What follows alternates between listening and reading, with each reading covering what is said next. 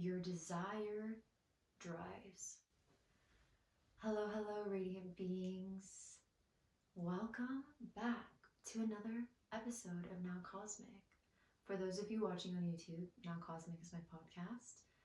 So, welcome. You're going to see this physically, in person, my face. Today I wanted to talk about what drives us. And essentially, like, the phrase that I hear is, your desire drives. Okay, and that makes me think of then, this phrase of follow your highest excitement, follow what lights you up, follow what feels expansive versus what feels like contractive or small. It's like your desire, your dream, your vision, your intention, if you don't want to call it a desire, that is the vehicle through which you navigate your life. And by staying true to your desire, staying true to your highest excitement, you don't have to stress or worry or fret that you are going to be lost. Okay? Now there's a difference between our earthly, maybe, desires that are coming from our limbic system or our reptilian brain, or that is just more primal. Like, yeah, if you follow all of your sexual desires, probably not a good philosophy to live life by. However, I feel there is a difference between our humanly earthly desire versus our soul desire. And to get in contact with that soul desire, it does take the art of silence. It does take making space and making room and really looking within and contacting ourselves and getting comfortable and intimate with ourselves. It brings up the questions of, like, who am I? What are my values? What am I here for? What do I want to get out of life? Like, what did my soul choose to come to earth for? Like, your soul literally chose to come in a human vessel on earth, despite all of the pain and suffering that your soul knows was on earth.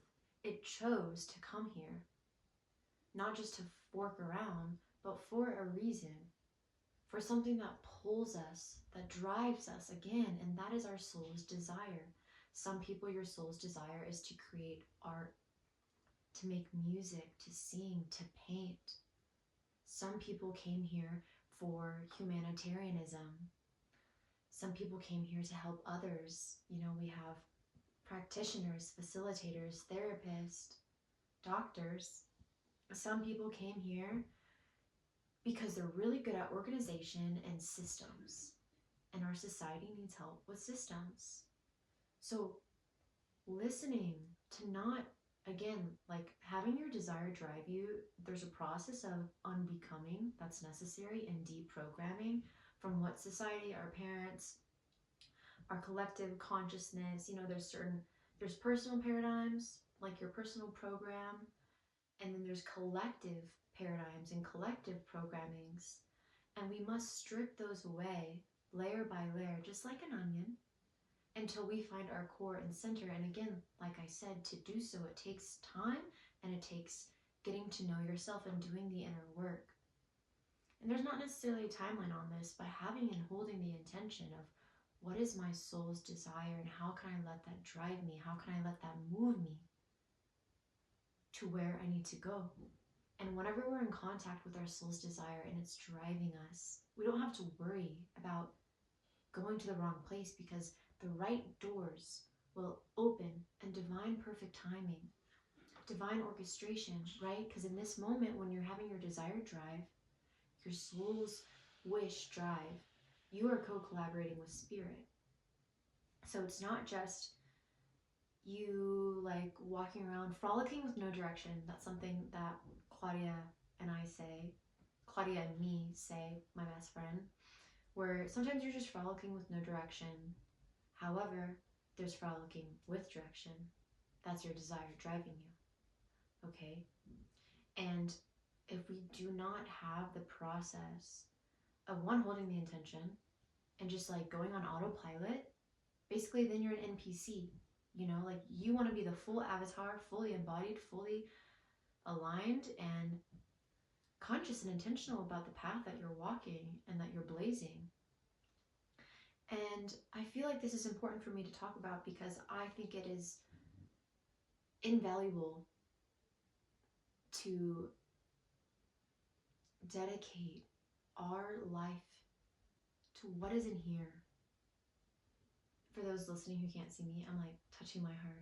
What is in our heart? What is in our soul and our spirit? That's what drives. Why live any other way? Okay, it's not in alignment. Again, your desire driving is you being in divine alignment with your heart and your mission and your path. And yes, we have many purposes on earth,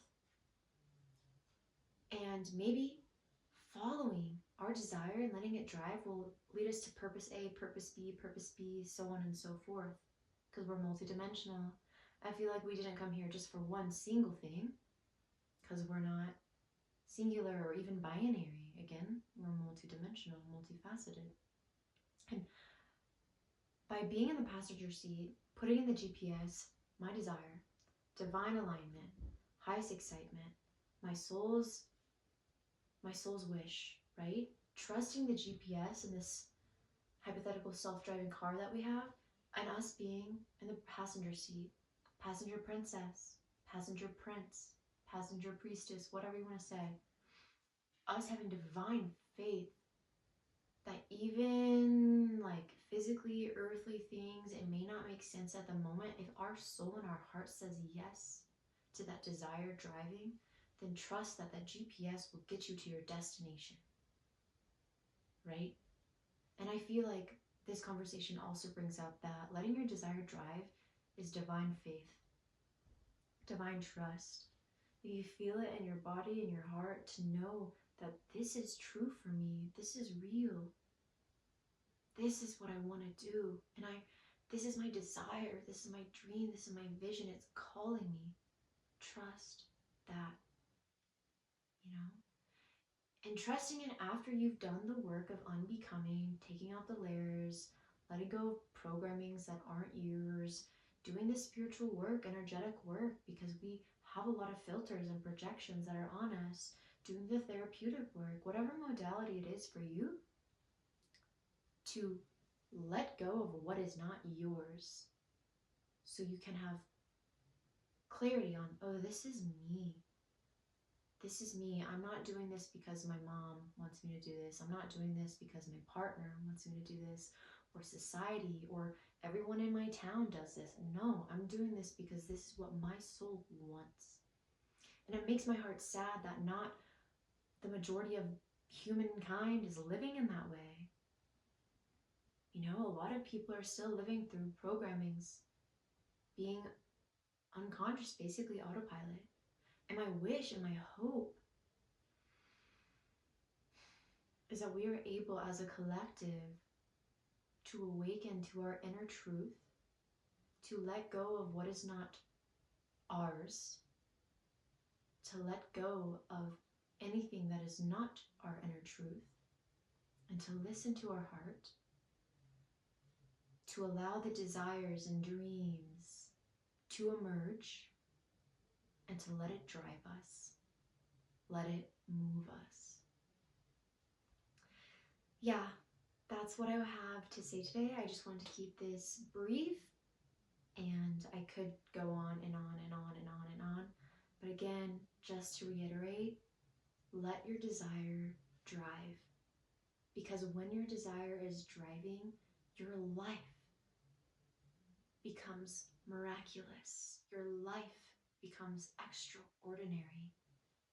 And the perfect, most divine doors will open, leading you to this experience, to this person, to this thing that will fill you in ways that you didn't even know possible.